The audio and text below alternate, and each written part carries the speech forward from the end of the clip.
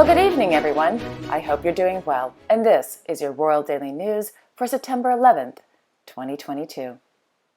In Copenhagen, Her Majesty Queen Margrethe II of Denmark continued her Golden Jubilee weekend celebrations. This morning, Her Majesty attended a service at the Vor Frue Kirke.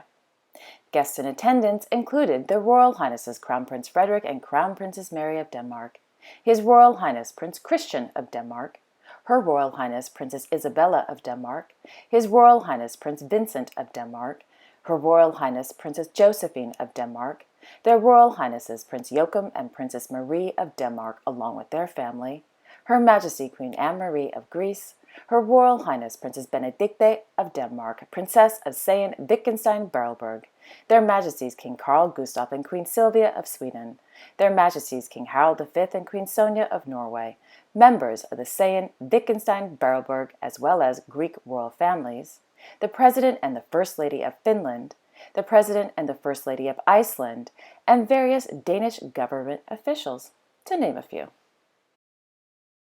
In the afternoon, Her Majesty hosted a luncheon aboard the Royal Yacht Dannebrog for Nordic heads of state as well as for members of the Danish royal family. The Royal Yacht Dannebrog sailed from Amalienkatten for a short trip in the Øresund, according to the Danish royal court. In the evening, a gala dinner was held at Christiansborg Slot. However, due to the sudden death of Her Majesty Queen Elizabeth II, Her Majesty Queen Margrethe II decided to modify this evening's gala dinner, starting with the guest list.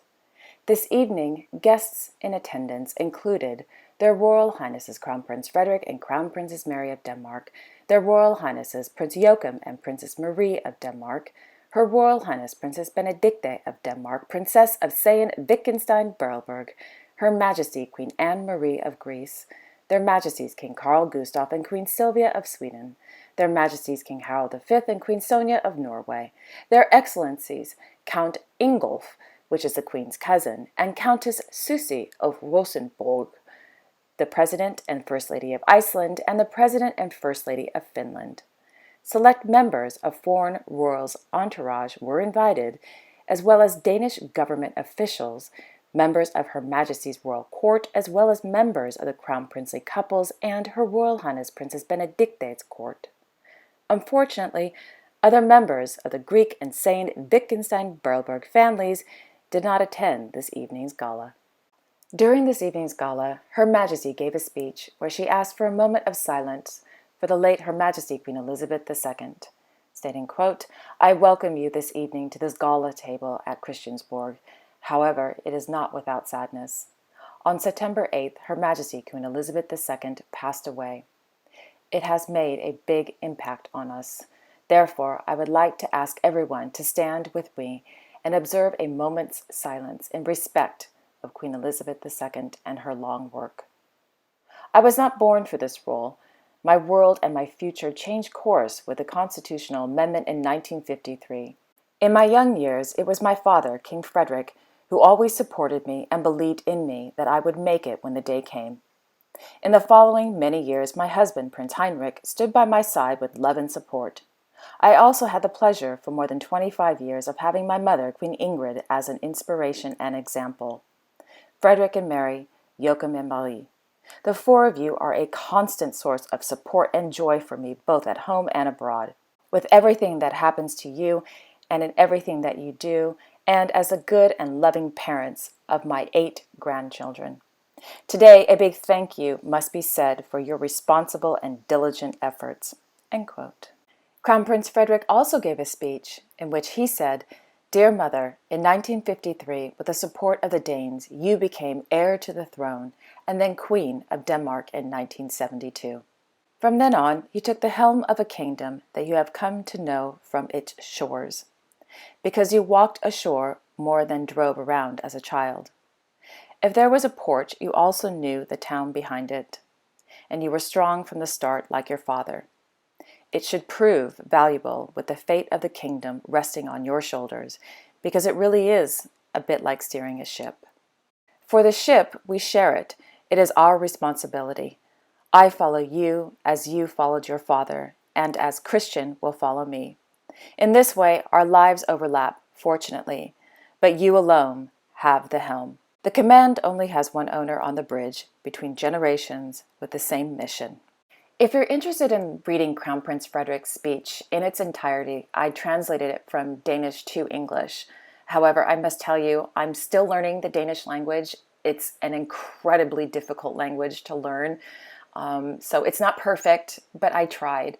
So if I made any mistakes, please don't leave rude comments. I would appreciate it. I tried my best, so I would appreciate it if I made mistakes. Please be kind. Thank you. In London, His Majesty King Charles III of the United Kingdom met with the Commonwealth Secretary-General, Patricia Scotland, at Buckingham Palace. Thereafter, His Majesty King Charles III and the Queen Consort held a reception for High Commissioners from the realms of the Commonwealth held inside the Bow Room at Buckingham Palace. In Monte Carlo, their Serene Highnesses Prince Albert II and Princess Charlene of Monaco arrived at the St. Paul's Anglican Church to attend a service of prayer and commemoration for the late Her Majesty Queen Elizabeth II. Thereafter, the princely couple arrived at the Honorary Consulate of the United Kingdom in Monaco to sign the Book of Condolence. In Amman, His Majesty King Abdullah II of Jordan and His Royal Highness Crown Prince Al-Hussein bin Abdullah II of Jordan held a meeting with the United Nations High Commissioner for Refugees, Mr. Filippo Grandi, at Al-Husseiniya Palace. During the meeting, discussions focused on cooperation between Jordan and the UNHCR, as well as means of bolstering efforts to continue providing services to refugees and supporting host communities. In the afternoon, His Majesty King Abdullah II and the Crown Prince held an audience with the United States Senate Committee on Foreign Relations member, Senator Mike Rounds, and a United States congressional delegation held at Al-Husseiniya Palace. During the meeting, discussions focused on bilateral ties and the strategic partnership between Jordan and the United States by means of expanding cooperation across all fields and cooperation on cybersecurity. And there you have it. Thank you all so much for watching. I really appreciate it. I will be back tomorrow on Monday, September 12th, with all the latest royal news. Until then, I wish you all a wonderful and relaxing Sunday evening and a great week ahead. And don't forget to like, share, and subscribe. Okay, take care, everyone. I will see you all tomorrow. Bye-bye.